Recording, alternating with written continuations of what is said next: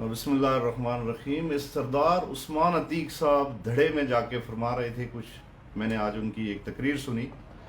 آپ لوگ مجھے تھوڑا سا یہ بتائیے گا کہ میری آواز ٹھیک آ رہی ہے؟ اگر آواز ٹھیک آ رہی ہے تو اس پہ تھوڑی سی میں چاہ رہا ہوں کہ اس پہ تھوڑی سی بات کریں ہم لوگ.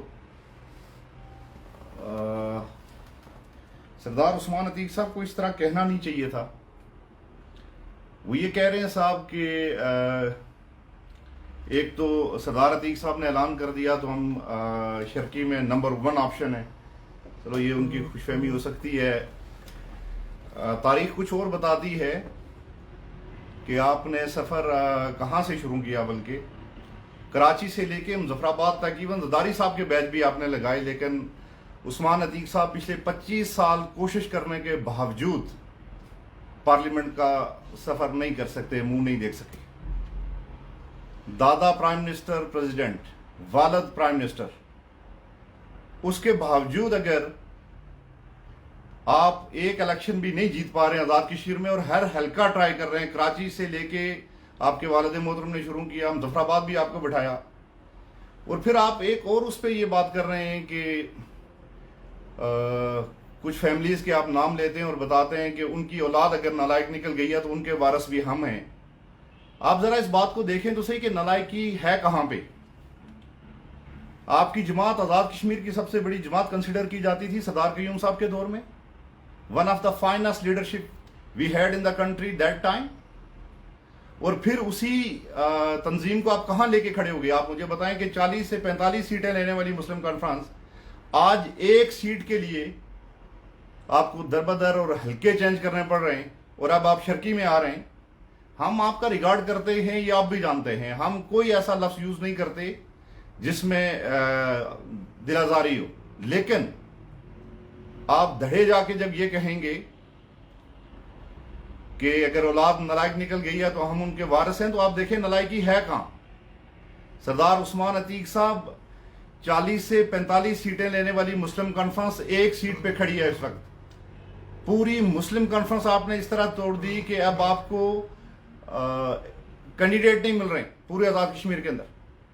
تو آپ یہ بتائیں نالائق پھر کون ہوا کہ ایک شخص کو بنا کے کھانا ٹیبل پہ رکھ دیا گیا اور اس سے کھایا نہیں گیا؟ وہ نالائق ہیں یا جنہوں نے اپنی نئی جماعت سرے سے کھڑی کرنی تھی؟ اور ہر شخص کے اپنے حالات ہیں زندگی میں. تو مجھے تھوڑی سی اس بات پہ تنگی ہوئی، پریشانی بھی ہوئی کہ ایک تو آپ دھڑے ہمارے مہمان ہیں تو بہت اچھی بات ہے، you are more than welcome.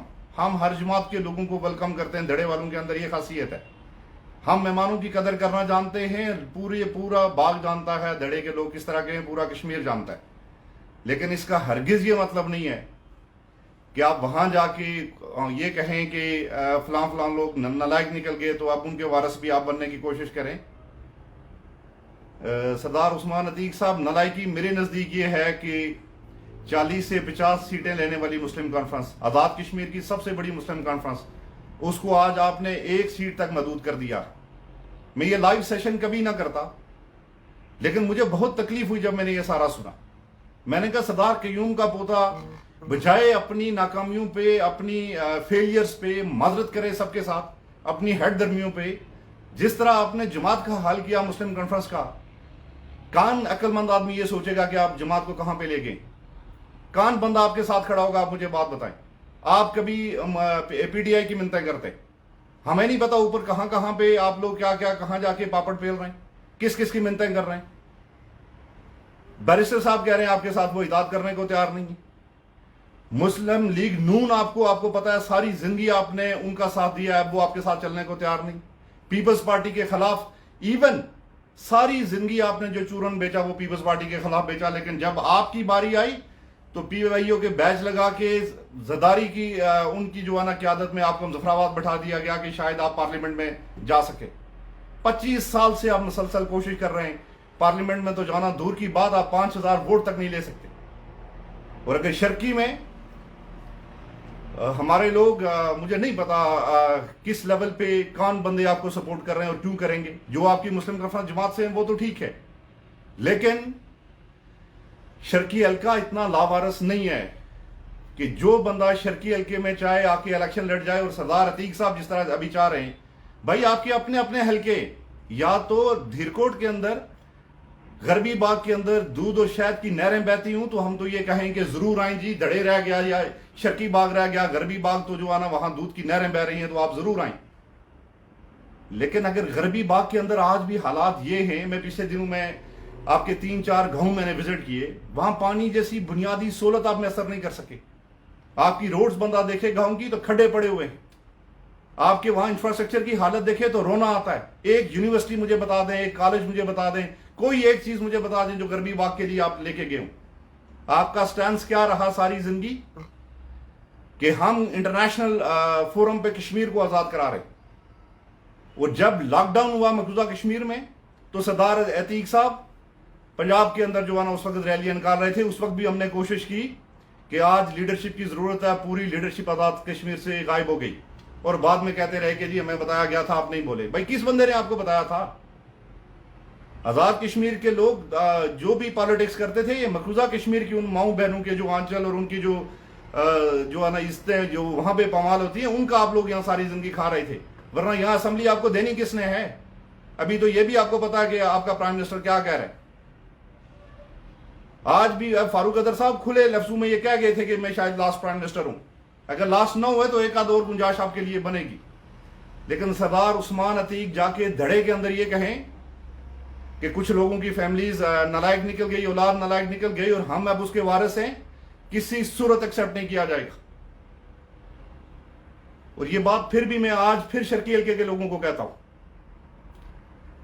شرقی باغ جو لوگ یہ جانتے ہیں، میں ان کو آج پھر ریکویسٹ کرتا ہوں کہ آپ اپنی لیڈرشپ جن پارٹیز میں ہیں ان سے ناراض ہو کے کوئی باہر سے اس طرح کی چیز پریکٹس نہ کریں کہ اگلے 50 سال پھر ہم لوگ ان کے جو ہے نا غلام رہیں جیسے ساری زندگی پہلے ہوتے ہوئے آئے۔ آپ مجھے بتائیں 44 لاکھ آپ کی آبادی ہے ٹوٹل، 4.5 ملین ہوں گے۔ آزاد کشمیر کو اگر یہ بجٹ استعمال ہوتا طریقے سے، اگر اس کو وہ یوز کراتے تو آج تک آپ مجھے بتائیں کہ کشمیر سونے کی چڑیا نہ ہوتا۔